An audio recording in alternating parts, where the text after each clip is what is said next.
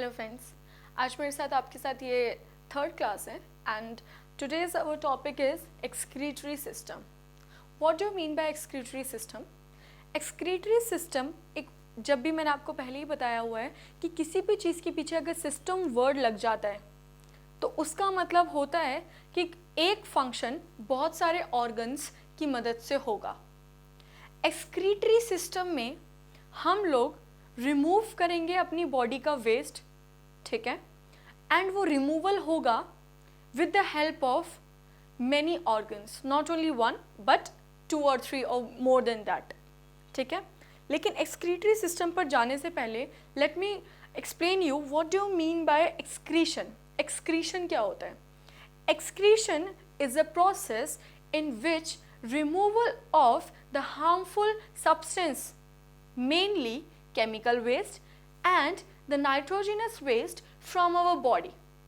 ठीक है, तो मैं अगर इस डेफिनेशन के मेन पॉइंट्स लिख दूं तो removal of waste, जनरली मैं बोलूं तो removal of chemical waste and nitrogenous waste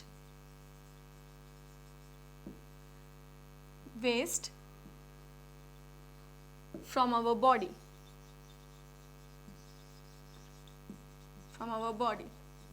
So, अगर मैं हाईलाइट करूं यहाँ पे दो वर्ड्स को, केमिकल एंड नाइट्रोजनस वेस्ट.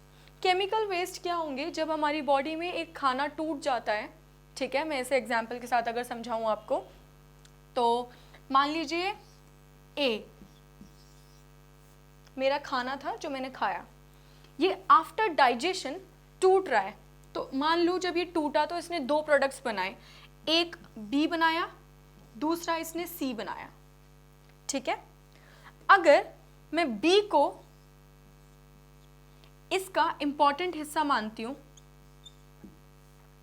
तो ये बी वाला जो पार्ट है ये खाना एब्जॉर्ब हो जाएगा मेरी बॉडी में या फिर कहीं जाके स्टोर हो जाएगा for the further use. But ये जो सी वाला है, अगर ये हार्मफुल प्रोडक्ट है इस ए वाले कंपाउंड का, जब ये खाना टूटा तो इसने दो चीज़ें बनाई, एक अच्छी और एक बुरी. तो ये अच्छी वाली चीज़ तो हो गई हमारी बॉडी में एब्जॉर्ब, लेकिन ये जो बुरी वाली चीज़ है ये इंपॉर्टेंट बन जाती है बॉडी के लिए to get eliminated out from the body, ठीक है.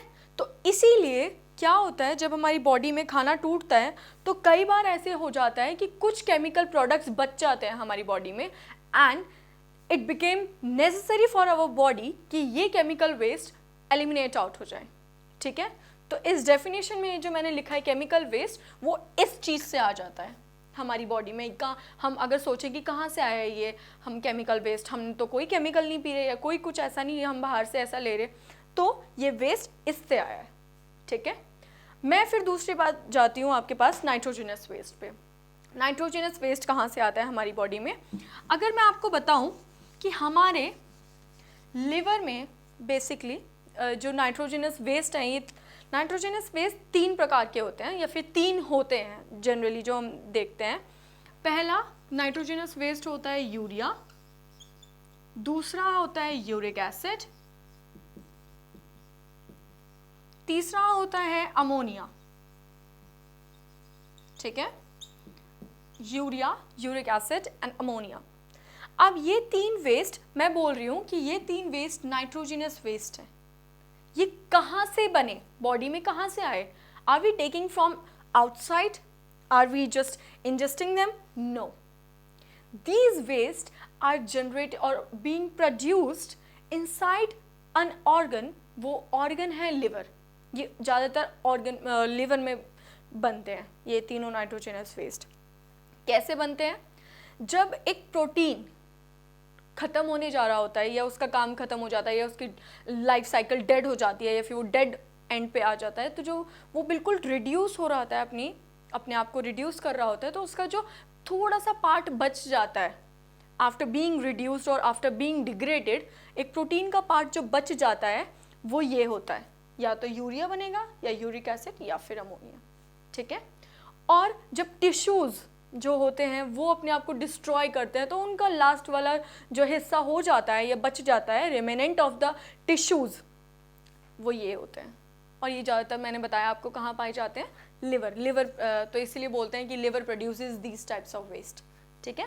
एंड लिवर में कैसे प्रोड्यूस हो रहे हैं, I have already explain you कि either from the protein reducement और by the tissues reducement, generally by the protein reducement, ठीक है। उसके रिडक्शन की वजह से ये तीनों वेस्ट होते हैं। तो अब हमारी डेफिनेशन ने कहा है कि भाई इनको अगर मैं रिमूव करूं तो उसे मैं एक्सक्रीशन बोलूँगी। हमारी बॉडी के बाहर जब ये वेस्ट चले जाएंगे तो एक्सक्रीशन होता है। एक सबसे इम्पॉर्टेंट बात जो है, बच्चे जनरली बहुत बड़े लोग भी कंफ्यूज हो जाते हैं एक्सक्रीशन के बीच में और फिकेशन के बीच में। Excretion means to remove out your body waste, ठीक है, इन अ लिक्विड मैनर, ठीक है, जिसे हम बेसिकली एक्सक्रीशन के नाम से भी जानते हैं और यूरिनेशन के नाम से भी जानते हैं, ठीक है। और दूसरा आता है फिकेशन, जिसमें फीकल मैटर, जिसे हम बेसिकली जो फीकस मैटर होता है उसमें सेमी सॉलिड फॉर्म में जो होता है वो टाइप का वेस्ट जब हम एक्सक्रीट करते हैं उसे फिकेशन बोलते हैं, ठीक है। So just don't get confuse between these two terms are not similar but are different in their nature. So what are the substances which are needed to be get eliminated out from the body during urination या फिर during excretion? तो वो जो मेरी body के products होंगे वो क्या क्या होंगे जो हमारी बॉडी से बाहर निकलने चाहिए, जो कि ज़रूरत है, भाई बाहर निकलो, you are not needed more. अगर वो हमारी बॉडी में गलती से बच जाते हैं, ये स्टोर हो जाते हैं, then occurs a problem inside our body, ठीक है। तो क्या क्या होते हैं, सबसे पहले जो सबसे इम्पॉर्टेंट है वो हम बाहर निकालते हैं। एक तो कार्बन डाइऑक्साइड हो गया, ठीक है, एक्सेस सॉल्ट, ठीक है, देन जो हमने अभी पढ़ा नाइट्रोजिनस वेस्ट, ठीक है, इसे नाइट्रोजिनस मेटाबॉलिक वेस्ट भी बोलते हैं। मेटाबॉलिक मतलब बड़ी चीज़ छोटे में जब टूट जाती है, ठीक है। और इसमें क्या क्या आते हैं, हमने पढ़ा था urea, uric acid and ammonia, ठीक है। तो कार्बन डाइऑक्साइड हो गया, एक्सेस सॉल्ट हो गया, नाइट्रोजनस वेस्ट हो गया, एक्सेस वाटर, हमारी बॉडी ज़्यादा वाटर रिटेन कर ले या एब्जॉर्ब कर ले तो भी दिक्कत वाली बात हो जाती है। अब एक बात बताना चाहूँगी यहीं पे मैं आपको, ये जो यूरिया, यूरिक एसिड और अमोनिया हमारी बॉडी में बन गए और वो एक्सक्रीट आउट होने के लिए बैठे हैं कि but we have to be get out from the body, otherwise we are going to harm that body. तो ये जो हैं ये जनरली मैंने आपको बता दिया कि ये लिवर में पाए जाते हैं, लेकिन ये ऐसा नहीं है ये तीनों की तीनों चीज़ें हम ह्यूमंस प्रोड्यूस कर रहे हैं, ठीक है। हमारे यूरिन में तीनों चीज़ें प्रोड्यूस होंगी, ऐसा नहीं है। डिफरेंट ऑर्गेनिजम्स में डिफरेंट नाइट्रोजनस वेस्ट होते हैं। फॉर एग्जांपल अगर मैं आपको फिशेस बोलूँ, फिशेस के केस में क्या होता है, वो जो वेस्ट प्रोड्यूस करती हैं वो अमोनिया के फॉर्म में निकालती हैं अपना यूरिन या फिर कोई भी वेस्ट होता है, ठीक है। उनके वेस्ट में 99.9% अमोनिया होता है, ठीक है। तो वो इसीलिए उनका नाम पड़ जाता है या उन ऑर्गेनिजम्स को बोलते हैं अमोनोटेलिक ऑर्गेनिजम्स, ठीक है। और अगर मैं बात करूं हमारी, we are excreting out urea, ठीक है, तो हम लोग यूरिया निकालते हैं and therefore we are known as to be called as ureotelic. And अगर कोई यूरिक एसिड निकालता है तो उसे बोलते हैं यूरिकोटेलिक ऑर्गेनिज्म, यूरिकोटेलिक ऑर्गेनिजम्स। तो डिफरेंट प्रोडक्ट्स जो ये निकल रहे हैं डिफरेंट बॉडी से या डिफरेंट टाइप्स ऑफ ऑर्गेनिज्म से, तो उनको उसकी कैटेगरी में डाल दिया जाता है कि these produce ammonia, so they will be called as ammonotelic organisms. Okay, I hope I am clear. And मैंने आपको बताया कि एक्सेस वाटर या एक्सेस सॉल्ट हमारी बॉडी में हो जाए तो ये वाटर और सॉल्ट ऑफकोर्स कहाँ जाके घुलेंगे, फाइनली हमारी ब्लड वेसल में, तो हमारा ऑस्मोटिक रेगुलेशन नहीं हो पाता। And osmotic regulation is nothing, osmoregulation is nothing but the balance of salt and water in our body. अगर वो ऊपर नीचे हो जाता है then occurs a problem inside our body. एक और चीज़ है बिलीरुबिन, ठीक है। बिलीरुबिन ये एक वेस्ट प्रोडक्ट होता है, ठीक है। चीफली बिलीरुबिन बोलूँ या फिर बाइल पिगमेंट बोलूँ, ठीक है, बाइल पिगमेंट, जिसमें हम मेनली बात करते हैं बिलीरुबिन की, ठीक है। तो ये जो बाइल पिगमेंट हैं जो कि लिवर में बनते थे, आपको पता है लिवर, ठीक है, तो these are also needed to be get eliminated out. And bile pigment में भी सबसे ज़्यादा चीफली कौन सा, बिलीरुबिन, ठीक है। बाइल पिगमेंट्स अलग अलग टाइप के होते हैं, उसमें बिलीरुबिन भी होता है, बिलीरुबिन भी होता है और बहुत एक दो चीज़ें और होती हैं, तो वो अभी हमें समझने की ज़रूरत नहीं है, 10th लेवल में इतना ही है एंड इतना ही समझिए। ये जो बाइल पिगमेंट है हमारा लिवर ने, अगर लिवर में बन गया है and it is needed to be excreted out, ये जो बिलीरुबिन होता है इसकी वजह से येलो कलर आता है, ठीक है, येलोइश कलर, ठीक है। तो अब हम बात करेंगे कि कैसे एक्सक्रीटरी सिस्टम में जो मेन इम्पॉर्टेंट रोल प्ले होता है वो कौन करता है। या मैंने आपको बताया ना कि एक ऑर्गन नहीं करता, 2-3 ऑर्गन मिलके करते हैं एक काम, एक फंक्शन, एक्सक्रीटरी सिस्टम इसलिए बोला जाता है। So which all organs are involve in the excretory system, let us see. तो वो जो ऑर्गन्स हैं वो हमारे होते हैं किडनी, ठीक है, किडनी, तो मैं इसकी हेडिंग भी बदल देती हूँ, ऑर्गन्स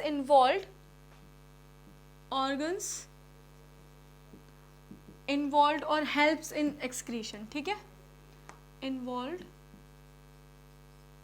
इन एक्सक्रीशन, तो वो होंगे kidney, then ureter, then urinary bladder.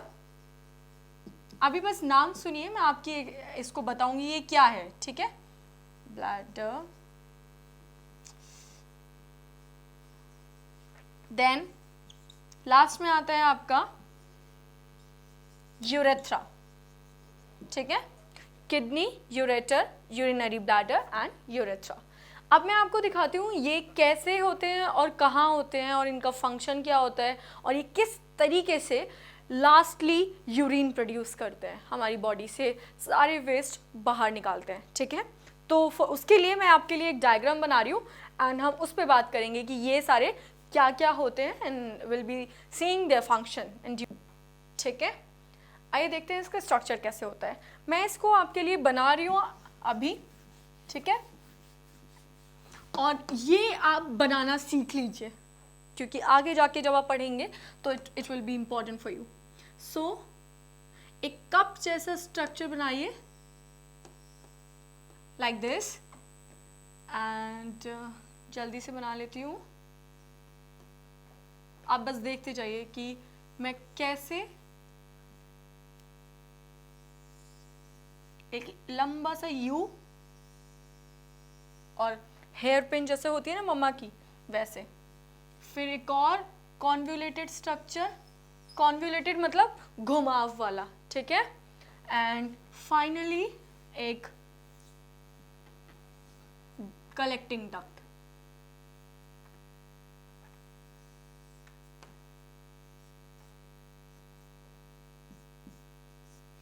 ठीक है। तो शुरुआत ऐसे करिए। अब इसके अंदर बना लेते हैं हिस्से,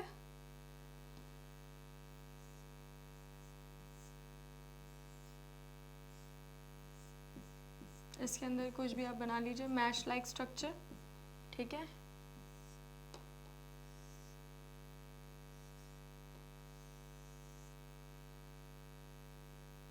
मैं इसको दूसरे पेन से अगर आपके लिए बना दूं, ठीक है, आई विल बी यूजिंग रेड,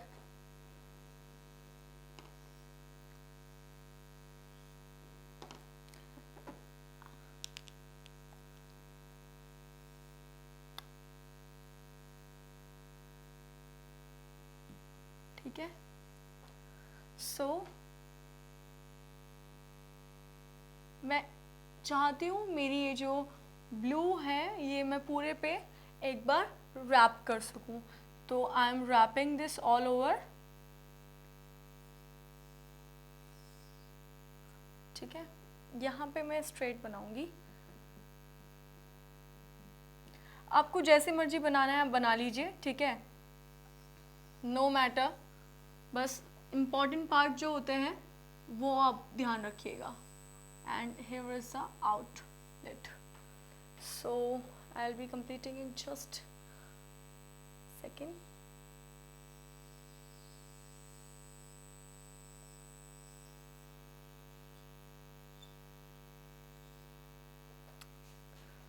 ठीक है, अब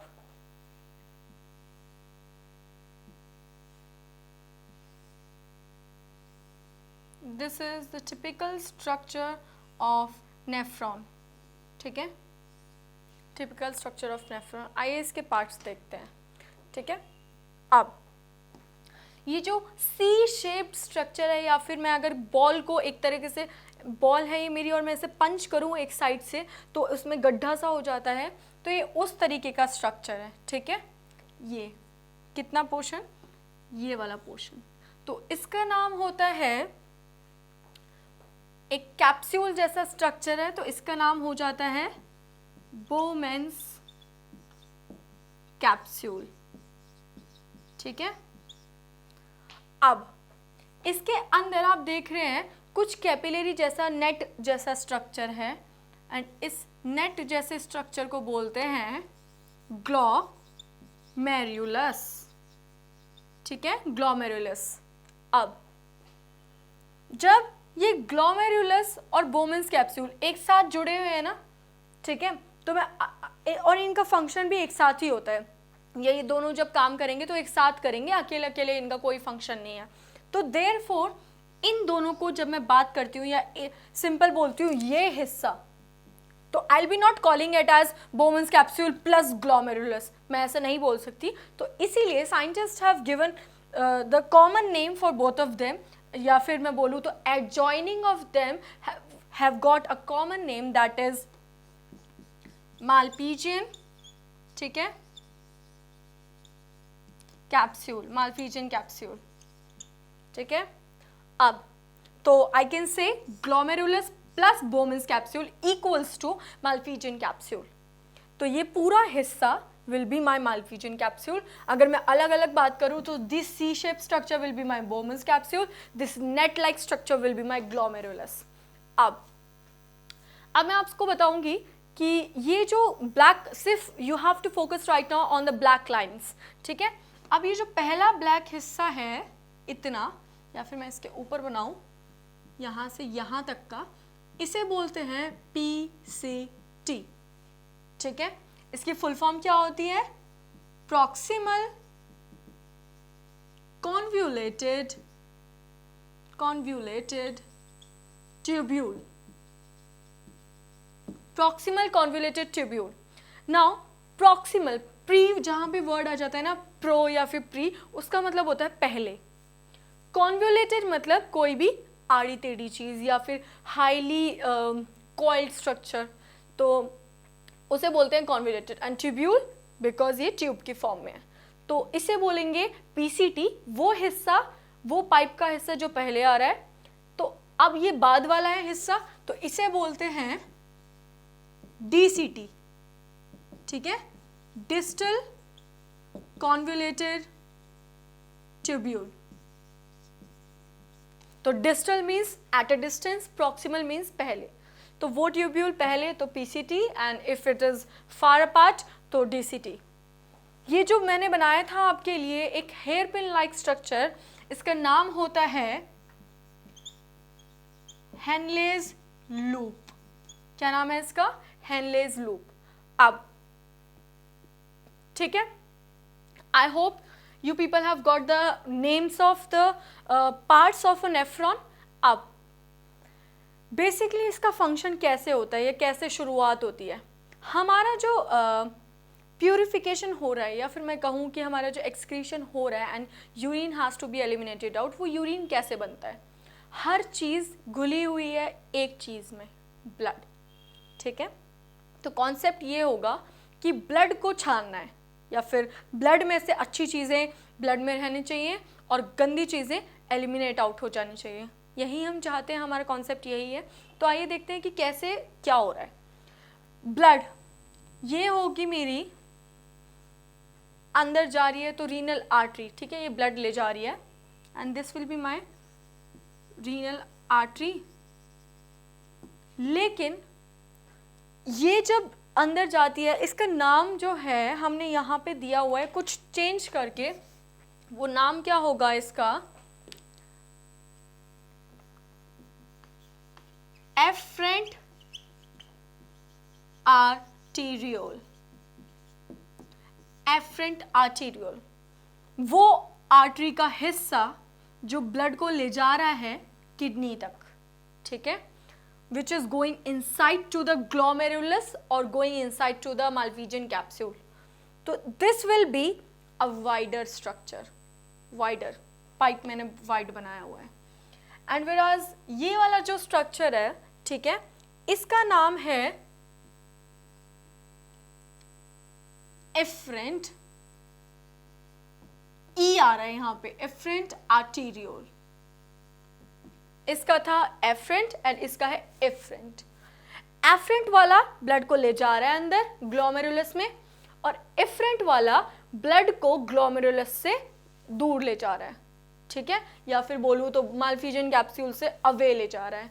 एंड आप एक चीज़ नोट करेंगे यहाँ पे जो कि सबसे इंपॉर्टेंट है, कि जो एफरेंट आर्टीरियोल है it is wider and this is narrower. Pressure difference बन रहा है, ठीक है, वाइडर नैरोअर। अब हमारा नॉर्मली ब्लड जाएगा अंदर, और मैं ये जानती हूँ कि ये एक मशीन है जो ब्लड को छानने में मदद करेगी, ठीक है। इस पूरी मशीन के अंदर, मशीनरी के अंदर मेरा ब्लड जाएगा, छनेगा, ठीक है। अच्छी चीज़ें are being absorbed by the blood vessel, या फिर ब्लड बोलूँ, एंड बुरी चीज़ें एलिमिनेट आउट हो गई, ठीक है। अब तो ये जो है, और बाहर क्या निकलेगी, अंदर जाने वाली क्या थी, आर्टरी, आर्टरी का हिस्सा था, एंड जो बाहर निकलेगा वो होगी वेन, ठीक है, वेन। तो this outlet will be my vein. अब now I will talk about collecting duct. जब हमारा यूरिन, पूरा मशीनरी काम कर देगी और यूरिन बन चुका है, तो एक जगह जाके इकट्ठा भी तो होगा ना, तो this will be my collecting duct which will collect the urine formed by this nephron, ठीक है। अब हम पढ़ते हैं कि इस पूरी यूरिन फॉर्मेशन में स्टेप्स क्या इन्वॉल्व है, ठीक है। There are main 3 steps and मैं उनको डिफाइन करूंगी आपके लिए और एक्सप्लेन करूंगी, लेकिन before that I need to rub this diagram and will be explaining about them, so I will be rubbing it in just few seconds. So guys, the 3 steps involved introducing the urine are: number 1, ultrafiltration, ठीक है। दूसरा आता है आपका selective reabsorption, and third, actually second और third मैं बोल रही हूँ, चलिए ठीक है। थर्ड आता है आपका ट्यूब्यूलर सिक्रीशन, ठीक है, ultrafiltration, selective reabsorption and tubular secretion. अब देखते हैं सबसे पहले अल्ट्राफिल्ट्रेशन क्या होता है, ठीक है। उसके लिए मैं आपके लिए यहाँ पे एक डायग्राम बना दूँ।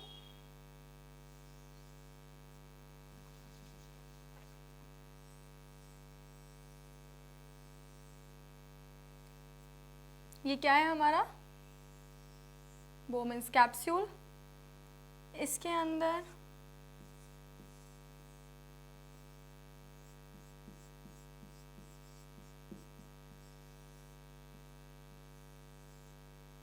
ठीक है, afferent, afferent, arteriole, arteriole, and ये पूरा क्या होगा, माल्पीजियन कैप्सूल, ठीक है। जो अल्ट्रा फिल्ट्रेशन होती है उसमें मैंने आपको बताया था ना कि जब भी काम करेंगे तो माल्पीजियन कैप्सूल काम करेगा, या बोलूँ तो ग्लोमेरुलस प्लस बोमस कैप्सूल काम करता है। तो जो मेन इम्पॉर्टेंट फर्स्ट फंक्शन होता है यूरिन फॉर्मेशन का वो होता है छानना, ठीक है। तो जैसे ही ब्लड यहाँ से जाएगा पहले पार्ट में छनेगा, ठीक है। तो अब वी नो कि जो बोमस कैप्सूल की जो लेयर्स होती हैं वो पोरस इन नेचर होती हैं, या फिर उनमें पोर्स प्रेजेंट होते हैं, जिसकी वजह से they allow some content of the glomerulus to get inside the Bowman's capsule, ठीक है। तो कोई भी चीज़ जो छनेगी, अब क्यों छन रही है, ये क्या कैसे हो रहा है, ये होता है हमारा ब्लड आया एंड ब्लड में वाटर और सॉल्ट है और उनकी वजह से हाइड्रोस्टैटिक प्रेशर जनरेट हो रहा है ब्लड के अंदर। तो जैसे वो यहाँ आएगा एक प्रेशर इसके अंदर ऑलरेडी होगा, ये जैसे ही फाइन कैपिलरीज में बना, ये चेंज हुआ, ठीक है। यहाँ आके जैसे ही अपने आप को पाइप को मैंने पतला कर दिया तो प्रेशर इंक्रीजेस, ठीक है। यहाँ अगर कांस्टेंट प्रेशर था तो यहाँ प्रेशर डिफरेंट हो जाएगा, and due to this change in pressure और द प्रेशर डिफरेंस, यहाँ पे हाई प्रेशर की वजह से ब्लड पुल करेगा अपने आप को या फिर पुश करेगा पाइप्स के through and it will get squeeze out. तो ब्लड के जब वो ऐसे छनेगा तो उसका कुछ कंटेंट नीचे ड्रॉप आउट हो जाएगा या छन के नीचे गिर जाएगा। तो वो सब्सटेंसेस जो क्या नाम है ब्लड की उसमें वेसल्स में रुक नहीं पाए हाई प्रेशर की वजह से, they get drop down into the Bowman's capsule. Generally जो हाई प्रेशर की वजह से जो चीज़ें, अब ब्लड में तो बहुत सारी चीज़ें हैं, ग्लूकोज आपका इस समय सब कुछ ब्लड में प्रेजेंट है, water, salt, glucose, vitamin, then excess protein, your plasma proteins जो कि एल्ब्यूमिन, ग्लोब्यूलिन थे, और many more things, your extra nitrogenous waste, everything is stored in the blood vessel. तो आप वो मान लो उसमें से आधी चीज़ें छन गई, ठीक है। सम सब्सटेंसेस, अब वो सब्सटेंसेस अब मान लो मैंने छान लिया, तो हो सकता है वो पोर्स के डिफरेंस की वजह से उसमें कुछ चीज़ें ऐसी भी छन गई हों जो हमारी बॉडी के लिए ज़रूरी हैं, यानी कि उस ब्लड वेसल में से निकलने वाली इम्पॉर्टेंट चीज़ें भी छनी हैं और नॉन इम्पॉर्टेंट चीज़ें भी छन गई हैं, ठीक है। तो कुछ चीज़ें जो छन गई हैं वो कौन कौन सी होती हैं, let me right it for you, ठीक है। फिल्ट्रेट, देखिए जो इसमें से आके छन जाएगा, छन के आके गिरेगा बोमस कैप्सूल में, उसे बोलते हैं ग्लोमेरुलस फिल्ट्रेट या ग्लोमेरुलर फिल्ट्रेट। तो फिल्ट्रेट में क्या क्या चीज़ें होंगी आपकी, एक होता है आपका ग्लूकोज, ठीक है, फिर आते हैं आपके अमाइनो एसिड्स, फिर आते हैं आपके हार्मोन्स, आपका केराटिनिन, this is one of the thing which is also needed to be get out from the body, and then आता है आपका urea, most importantly to be excreted out, some vitamins, ठीक है, and of course water। और जो नहीं छनता, ठीक है, which do not get filtrates out, those things are RBC, WBC, platelets, plasma protein जैसे कि ग्लोब्यूलिन था, वो सब ब्लड के अंदर रह जाता है। एंड कुछ चीज़ें जो छन कर आई हैं वो ये हैं, ठीक है। अब इनमें से आधी चीज़ें तो हमारी बॉडी चाहती है कि बाहर निकल जाए, फॉर एग्जाम्पल यूरिया चाहते हैं बाहर निकल जाए। कुछ चीज़ें जो छन कर आ गई हैं जो हमारी बॉडी चाहती है कि हम उसे ग्रैब कर लें वापस या हमें नहीं भेजनी बाहर, वो ग्लूकोज, एक्स्ट्रा मतलब नॉर्मल ग्लूकोज, विटामिन, क्योंकि हम ग्लूकोज को अपनी बॉडी के अंदर स्टोर कर सकते हैं तो हमारी बॉडी कभी नहीं चाहेगी कि हम उसको बाहर फेंकें, ठीक है। फिर अमाइनो एसिड्स भी हमारी बॉडी को चाहिए ही होते हैं, ठीक है। अब वाटर ज़्यादा निकल गया तो दिक्कत हो जाएगी, कम निकला तो दिक्कत होगी, तो उसका भी ध्यान रखा जाता है, ठीक है। तो अच्छी चीज़ें हमारी जो ब्लड वेसल है या फिर जो नेफ्रॉन है वो चाहेगा, वो मशीन चाहेगी अच्छी चीज़ें मैं वापस दे दूँ ब्लड को, ठीक है, फिलहाल छल गई तो कोई बात नहीं। तो फिलहाल मैं सिर्फ अगर मैं अपने टॉपिक पे वापस आऊँ तो मैं बात करूँगी अल्ट्राफिल्ट्रेशन की, जिसमें क्या हुआ है कि due to the change in pressure और due to the high pressure in the capillary network of glomerulus, the content of the blood has been filtered and has been poured into the Bowman's capsule. Clear? वो चीज़ें जो filter हो चुकी हैं I have already written for you. अब आते हैं हम सेकेंड स्टेप पे कि छनने के बाद क्या होता है। Second step was selective reabsorption. मैंने आपसे कहा था कुछ चीज़ें, इंपॉर्टेंट चीज़ें जो छन चुकी हैं अब हमारी बॉडी चाहेगी उसे एब्जॉर्ब करना। तो let me drop it for you and just tell you कि what do you mean by selective reabsorption, ठीक है। तो अब हम बात करते हैं नेक्स्ट की, जो था हमारा सेलेक्टिव रीएब्जॉर्प्शन, ठीक है। अब ये जो पूरा का मैंने बताया था कुछ चीज़ें जो थी वो निकल चुकी हैं and now it has to be taken back. अब उसके लिए मैं एक डायग्राम बना रही हूँ, ठीक है। तो अगर मेरा ये है तो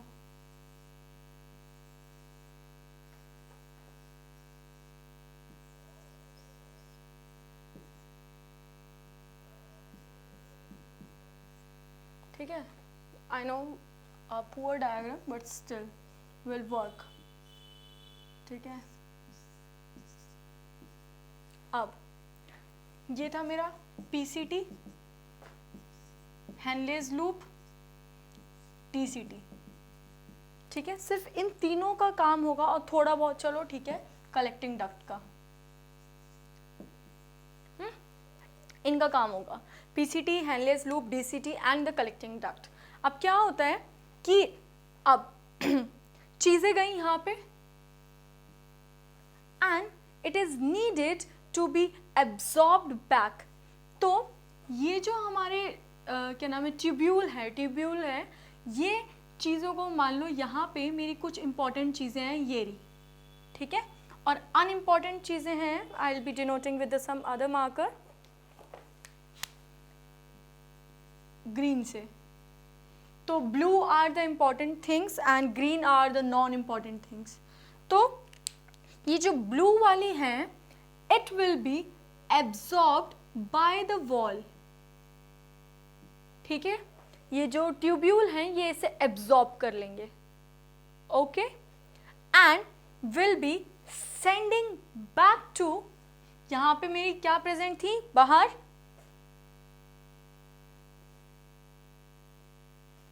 I'll be using the other marker. यहाँ पे मान लो मेरी प्रेजेंट है ये ब्लड वेसल्स, ठीक है, ब्लड, और ये इंपॉर्टेंट चीज़ें अब मेरी कहाँ पे जा चुकी हैं ट्यूब्यूल में, और ये ट्यूब्यूल उनको वापस भेज देगा ब्लड वेसल्स में। तो important things are absorbed back, तो इसीलिए इसका नाम पड़ा reabsorption. And PCT, DCT and Henle's loop ये तीनों की तीनों एब्जॉर्ब करेंगे इंपॉर्टेंट चीज़ें, अलग अलग हिस्सों को एब्जॉर्ब करती हैं अलग अलग चीज़ें, और वो वापस भेज देंगी इनटू द ब्लड वेसल, ठीक है। तो इस प्रोसेस को बोलते हैं सेलेक्टिव रीएब्जॉर्प्शन। अब हम देखते हैं कि पीसीटी क्या एब्जॉर्ब करता है, डीसीटी क्या एब्जॉर्ब करता है, हेनलेज लूप क्या एब्जॉर्ब करता है एंड कलेक्टिंग डक्ट क्या एब्जॉर्ब करता है। मैंने यहाँ पे ऑलरेडी आपके लिए लिख रखा है कि पीसीटी सबसे ज़्यादा पानी, ग्लूकोज, सोडियम और कैल्शियम के आयंस, NaCl जो सॉल्ट था, vitamins end of course hormones, ये सारी चीज़ें एब्जॉर्ब करता है और ब्लड में पहुंचा देता है वापस, ठीक है। अब जनरली जो 10th स्टैंडर्ड तक वो दिया होता है वो यहीं तक दिया होता है, ये विटामिन, हार्मोन्स वगैरह इतना नहीं क्लियर किया होता, बट आप लिख देना, इट विल बी राइट।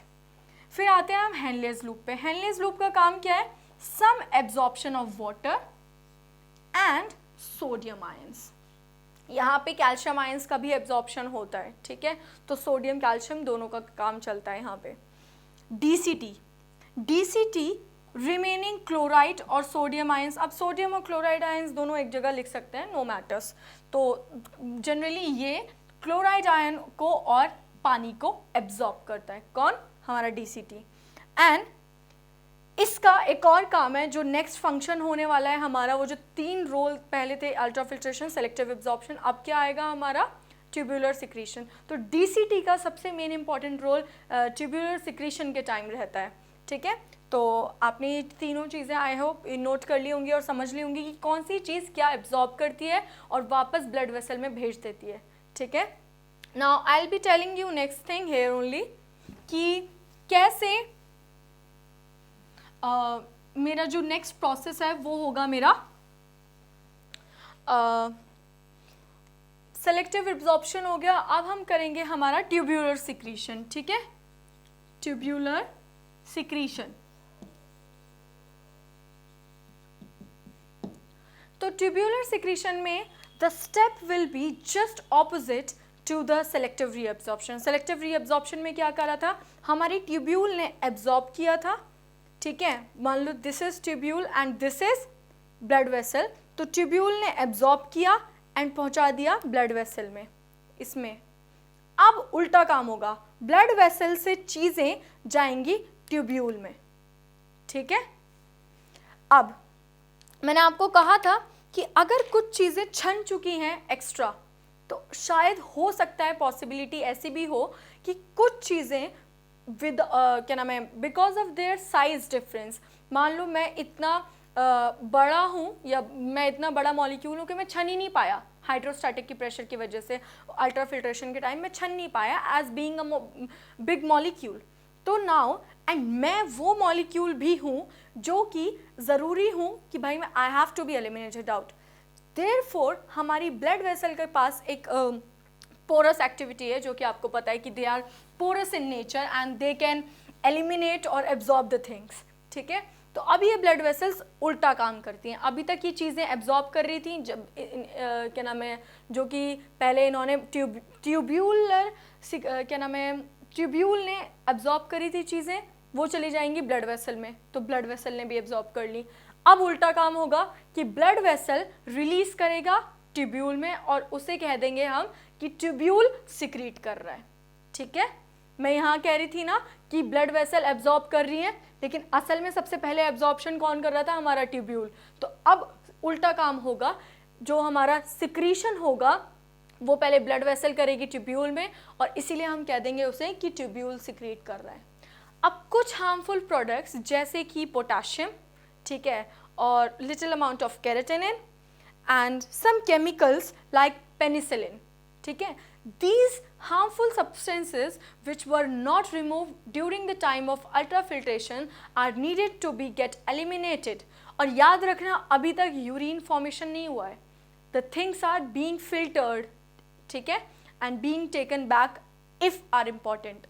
तो अब क्या होगा, हमारा उल्टा काम होगा, ठीक है। उल्टे काम में क्या होगा, for example this is my molecules, ठीक है, जो कि ब्लड वेसल में है। अब ये ब्लड वेसल के मॉलिक्यूल जाएंगे ट्यूब्यूल में, पीसीटी, डीसीटी और हेनलेज लूप में, यहाँ गए, ठीक है, और यहाँ जाके इन्होंने क्या काम किया, ये हार्मफुल है फिलहाल मेरे लिए, ठीक है, तो यहाँ जाएंगे। तो this is known as tubular secretion. जब एक ट्यूब्यूल हार्मफुल सब्सटेंसेस को, जो कि फिल्टर आउट नहीं हो पाए थे, अब फिल्टर होंगे। फाइनली मैं आ जाऊंगी मेरे यूरिन पे, क्योंकि अब जो चीज़ें हैं यहाँ तक बिफोर सेलेक्टिव रीअब्जॉर्प्शन, ठीक है, जब तक सेलेक्टिव रीअब्जॉर्प्शन नहीं हुआ था तब तक यूरिन नहीं बना था, चीज़ बीच में थी। लेकिन after only the harmful substances remained in our tubule, जब हमारे सारे सिर्फ और सिर्फ हार्मफुल सब्सटेंसेज हैं अब मेरे पानी के साथ, तो अब क्या होगा, वो कहलाएगा यूरिन। एक और चीज़, पानी भी एब्जॉर्ब होता है ना, और पानी जो एक्स्ट्रा पानी है जो चला गया है गलती से, वो एब्जॉर्ब हो जाएगा। क्यों, ताकि हमारे ब्लड का जो ऑस्मोटिक प्रेशर था या फिर हाइड्रोस्टैटिक प्रेशर था वो चेंज ना हो जाए, डिफरेंट ना हो जाए। एक्स्ट्रा सॉल्ट्स जो थे, वो जो जा चुके थे NaCl वगैरह, वो भी एब्जॉर्ब हो जाते हैं। तो I hope this whole funda is being clear to you guys. तो 3 स्टेप्स थे, ultrafiltration, selective reabsorption and tubular secretion, ठीक है। तो ये तीनों यहीं पे ख़त्म होते हैं। आइए अब देखते हैं थोड़ी सी कुछ एक दो डिजीज़ जो normally, not disease but the problems which occur जब ये पूरा प्रोसेस होता है, ठीक है। यानी कि अगर मेरा यूरिन में कोई दिक्कत आ गई या फिर मुझे किडनी स्टोन हो गया तो उस वजह से मुझे यूरिन करने में क्या दिक्कत होती है, या फिर क्या क्या प्रॉब्लम्स क्रिएट हो जाती हैं हमारी अगर किडनी ख़राब हो जाती है या फिर कुछ भी। तो let me rub it and just right it for you.